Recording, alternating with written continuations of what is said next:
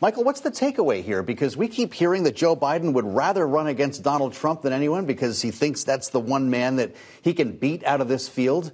But you start looking at these swing states and wonder if that should be the conventional wisdom. Well, the underlying theme in these polls is that voters want neither Biden nor Trump. And that is something that comes through in the responses, not only in this month's survey, but in the preceding one that we did.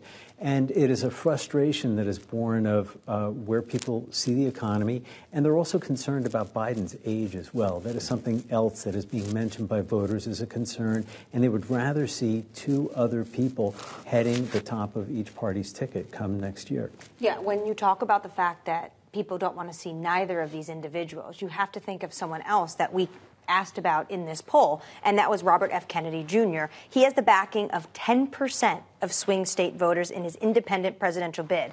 So he looks like he's garnering support not just from the left, but also the right. He seems to be pulling from everyone, Wendy. Is that correct? That's right. Unlike a typical third-party candidate who is similar enough to one of the parties that, for example, Ross Perot in 1992 pulled from George H.W. Bush and gave the election to Bill Clinton. Mm-hmm. In this case, Robert F. Kennedy Jr. is pulling from both Trump and Biden. So if that holds over the next year, then he just diminishes the vote total for both of them. And again, voters are presented with candidates no one wants. If that tends to change, if as he campaigns more and has more money because of this and campaigns more and people get to know him, then we'll see who he pulls from, whether it's Donald Trump voters and that helps Biden, or he pulls from disaffected Biden voters who might be seduced by the name Kennedy and, and helps Donald Trump. Mm-hmm. Well, we take away, though, that the economy is the number one issue for voters. So let's look into your crystal ball here for a minute, Michael. I won't ask you anything to put you on the spot, but if you're Joe Biden, if you're the Biden campaign, you're looking at the second half of next year. Voters are going to be keying in on the economy to make their decision on who the next president should be. You've introduced them to Bidenomics. You let the Fed unleash on inflation, and you're hoping that they land the plane, a soft landing, if you will, in the second half of next year and arrive at 2%. If that happens, these voters, they say the economy is the most important thing to them. Vote Joe Biden, no? Well, we talked to the head of Biden's reelection campaign, and Julie Rodriguez insisted that we're underestimating the president and that he has the ability to turn it around in the polls.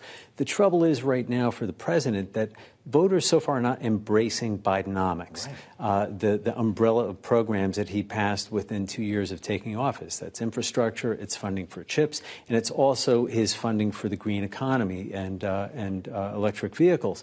Now, when voters hear of those individual pieces, they like them a little bit more than when put under this umbrella of Bidenomics. Whether or not the president is able to continue to successfully sell it will play a big role. And also, even more so than Bidenomics itself, it's what is the price of milk? Is still going to be as high as voters see it in the grocery stores? Mm-hmm. They keep hearing that inflation is slowing, but milk is still pretty high from what they remember a year or two ago. Right. Consumer prices are just still too high for families, and some of them are living paycheck to paycheck. We also have more news about 2024, and this is a certain senator who I think liked to act like he was president in the early part of the Biden administration himself, is decided he is not going to seek re-election. I've made one of the toughest decisions of my life and decided that I will not be running for re-election to the United States Senate. But what I will be doing is traveling the country and speaking out to see if there is an interest in creating a movement to mobilize the middle. Joe, he said that he's going to be traveling the country. Mm-hmm. Does he throw his name in this ring for president? It's a great question. No Labels would love to know, I think, right? What are you going to do other than maybe go away and make some money? I'm not sure what else his option would be at this point. We learned about this on the air when Wendy Benjaminson was with me earlier on Bloomberg Radio, and it was hard to tell. I mean, this came out of the blue. What do you make of the timing? It is very odd timing. Even more odd was No Labels' statement about it, which was, that's nice. We're looking around for a presidential candidate. Yes, they are. It was really sort of difficult to tell whether they're just being coy or whether Joe Manchin, maybe overstepped or something, or gave away some secret they had. But he was at an event there in July. That's right. And if you are just retiring, I mean, he's 76, or you are going to run for some other office in West Virginia, why would you travel the country? I mean, there's just that traveling the country thing, as Anne Marie pointed out, is the big hint that he is obviously trying for something else, whether it's this year or 4 years from now. We also, of course, Joe, can't have our panel with us and not talk about what happened almost 24 hours ago, and that's the debate. I was going to say, you might need to remind us. There was a debate. It's been a long day. It's true, but I say this because tensions were flaring last night between Nikki Haley and Vivek Ramaswamy. Take a listen. Do you want a leader from a different generation who's going to put this country first?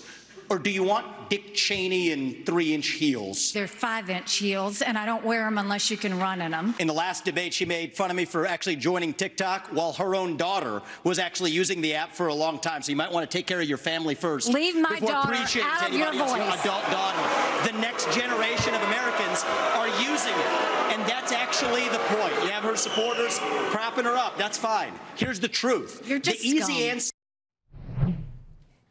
Okay, so tensions were hot between those two. As expected, this was really gearing up. She does not like where Vivek Ramaswamy stands, especially on the foreign policy spectrum. You're right. This had been building in the previous two debates, and it was bound to bubble over. Overall, we did see more control by the moderators over the 5 candidates on stage. It helped that there were fewer there, not so many shouting over each other, but they did manage to engage in a much more thoughtful conversation on the issues, save for moments like those.